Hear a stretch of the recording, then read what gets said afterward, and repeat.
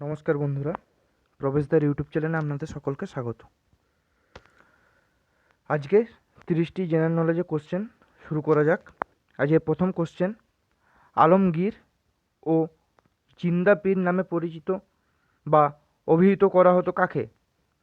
আলমগীর বা জিন্দা পীর নামে অভিহিত করা হতো কাকে? ঔরঙ্গজেব, শাহজাহান, শেরশাহ।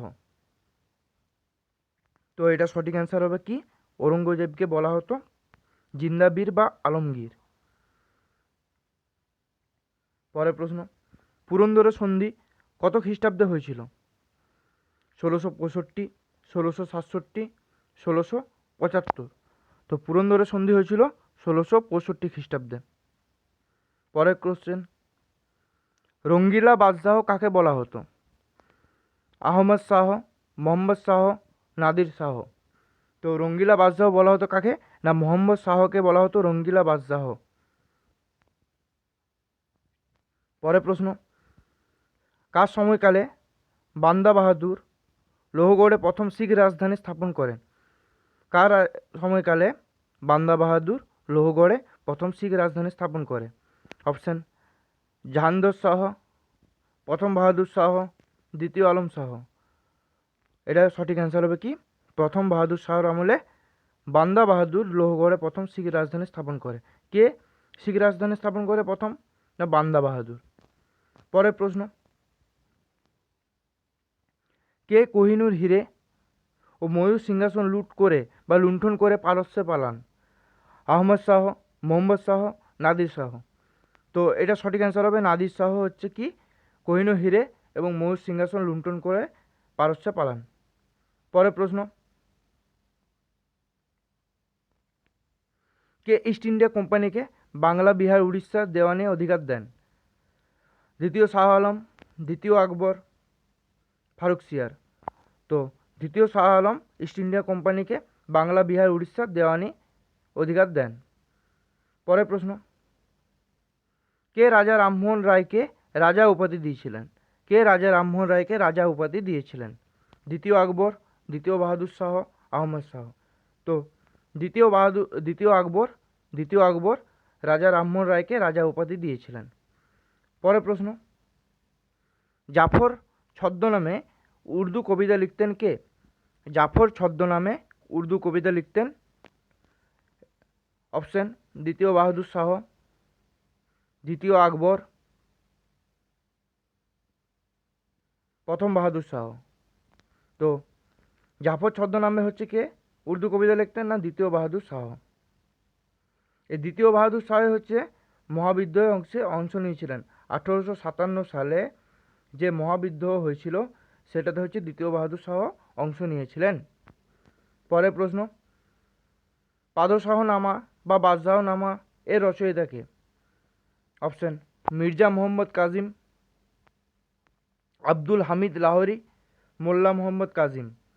তো পাদশাহনামা ও বাদশাহনামার রচয়িতা হচ্ছে আব্দুল হামিদ লাহোরি।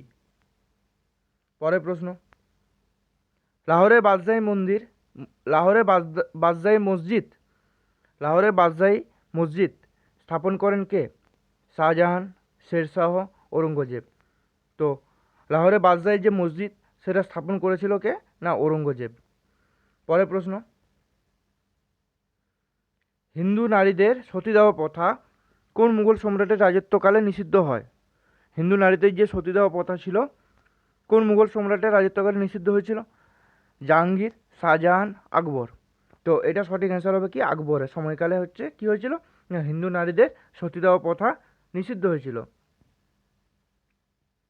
পরের প্রশ্ন, পৃথিবীর সর্বাপেক্ষা বৃহৎ সংবিধান হলো কোন দেশের?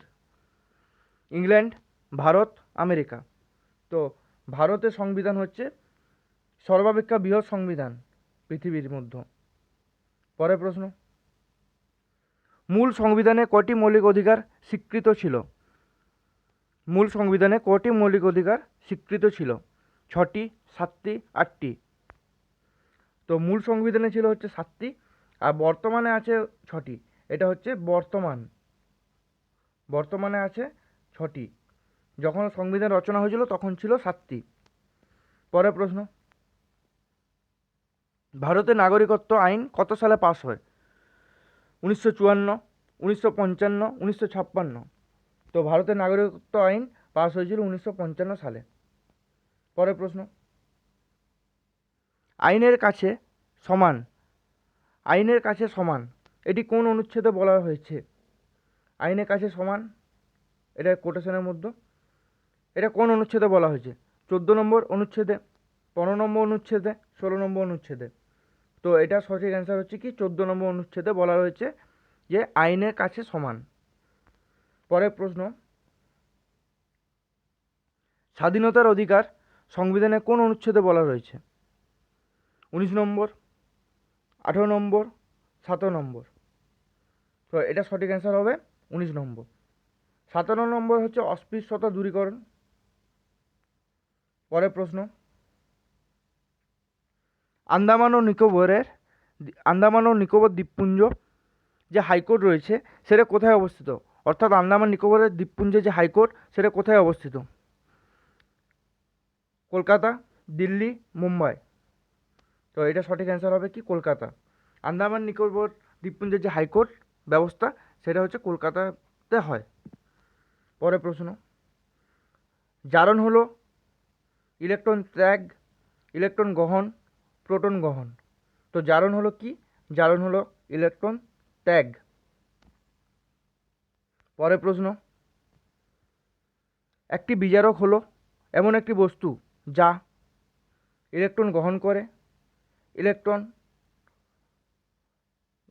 গ্রহণ করে, প্রোটন গ্রহণ করে, ইলেকট্রন দান করে। তো বিজারক হলেও ইলেকট্রন দান করে। পরের প্রশ্ন, তড়িৎ বিশ্লেষণের সময় অ্যানোডের বিক্রিয়াটি হলো জারণ, বিজারণ, কোনোটিই নয়। তো তড়িৎ বিশ্লেষণের সময় অ্যানোডের যে বিক্রিয়াটি হচ্ছে সেটা হচ্ছে জারণ। পরের প্রশ্ন, অনিলা দেবী কার ছদ্মনাম? রবীন্দ্রনাথ ঠাকুর, শরৎচন্দ্র চট্টোপাধ্যায়, বঙ্কিমচন্দ্র চট্টোপাধ্যায়। তো অনিলা দেবী হচ্ছে কার? না শরৎচন্দ্র চট্টোপাধ্যায়ের ছদ্মনাম। রবীন্দ্রনাথ ঠাকুরের ছদ্মনাম কি? না ভানু সিংহ। ভানু সিংহ রবীন্দ্রনাথ ঠাকুরের ছদ্মনাম। আর বঙ্কিমচন্দ্র চট্টোপাধ্যায় হচ্ছে কি? না কমলাকান্ত।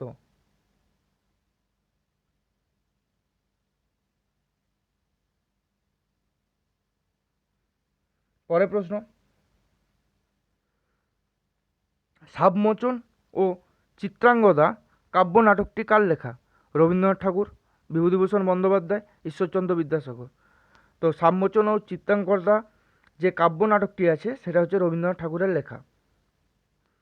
পরের প্রশ্ন, সুবর্ণলতা উপন্যাসটি কার লেখা? অনিলা দেবী, মহাশ্বেতা দেবী, আশাপূর্ণা দেবী। তো সুবর্ণলেখা যে কাব্য উপন্যাসটি আছে, সুবর্ণলতা যে উপন্যাসটি আছে সেটা হচ্ছে কার লেখা? সুবর্ণলতা না আশাপূর্ণা দেবীর লেখা। পরের প্রশ্ন, জাতীয় কংগ্রেসের প্রথম সভাপতি কে ছিল? মহাত্মা গান্ধী, জে.বি. কৃপালিনী, উমেশচন্দ্র বন্দ্যোপাধ্যায়। তো জাতীয় কংগ্রেসের প্রথম সভাপতি ছিল হচ্ছে উমেশচন্দ্র বন্দ্যোপাধ্যায়। পরের প্রশ্ন, ইন্দিরা গান্ধীর সমাধিস্থল এর নাম কি? ইন্দিরা গান্ধীর সমাধিস্থলের নাম কি? শক্তিস্থল, চৈত্যভূমি, মহাপ্রয়াণ ঘাট। তো ইন্দিরা গান্ধীর যে সমাধিস্থল তার নাম হচ্ছে শক্তিস্থল। চৈত্যভূমি কার? চৈত্যভূমি হচ্ছে বি.আর. আম্বেদকারের। আর মহাপ্রয়াণ ঘাট হচ্ছে কার? ডক্টর রাজেন্দ্র প্রসাদের। তো শক্তিস্থল হচ্ছে ইন্দিরা গান্ধীর, চৈত্যভূমি হচ্ছে ডক্টর বি.আর. আম্বেদকর, আর মহাপ্রয়াণ ঘাট হচ্ছে ডক্টর রাজেন্দ্র প্রসাদ। পরের প্রশ্ন, অর্থনীতির জনক কাকে বলা হয়? Carl Ritter, Robert Boyle, Adam Smith. তো অর্থনীতির জনক বলা হয় কাকে? না অ্যাডাম স্মিথকে। কার্ল রিটারকে কি বলা হয়? একে বলা হয় হচ্ছে জিওগ্রাফি বা ভূগোলের জনক। আর রবার্ট বয়েলকে বলা হচ্ছে কিসের? না রসায়নের জনক বা কেমিস্ট্রির জনক। তো কার্ল রিটার হচ্ছে জিওগ্রাফি, রবার্ট বয়েল হচ্ছে রসায়ন বা কেমিস্ট্রি, অ্যাডাম স্মিথ হচ্ছে অর্থনীতির জনক। পরের প্রশ্ন, আরাবল্লী পর্বতের সর্বোচ্চ শৃঙ্গের নাম কি? গুরু শিখর, মাউন্ট আবু, সাতবাহন শিখর। তো আরাবল্লী পর্বতের সর্বোচ্চ শৃঙ্গ হচ্ছে কি? গুরু শিখর। মাউন্ট আবু হচ্ছে আরাবল্লী পর্বতে অপর একটি উল্লেখযোগ্য শৃঙ্গ। আর সাতবাহন শিখর হচ্ছে কার? না বিন্ধ্য যে পর্বত আছে তার সর্বোচ্চ শৃঙ্গ কি? সাতবাহন শিখর। আরাবল্লী পর্বতে হচ্ছে গুরু শিখর। পরের প্রশ্ন,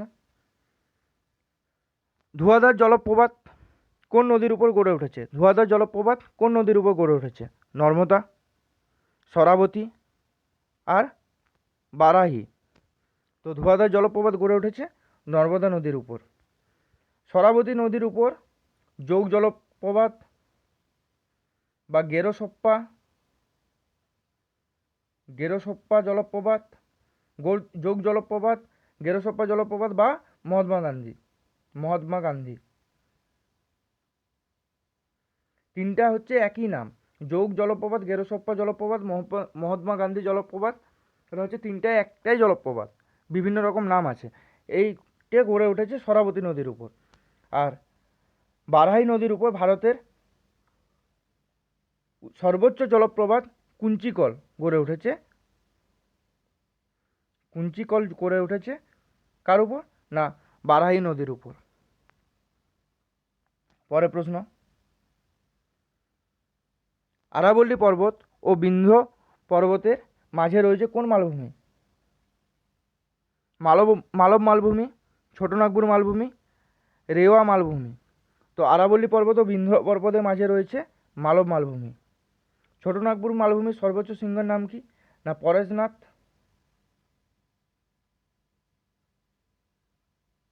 ছোটনাগপুর মালভূমির সর্বোচ্চ শৃঙ্গ হচ্ছে পরেশনাথ।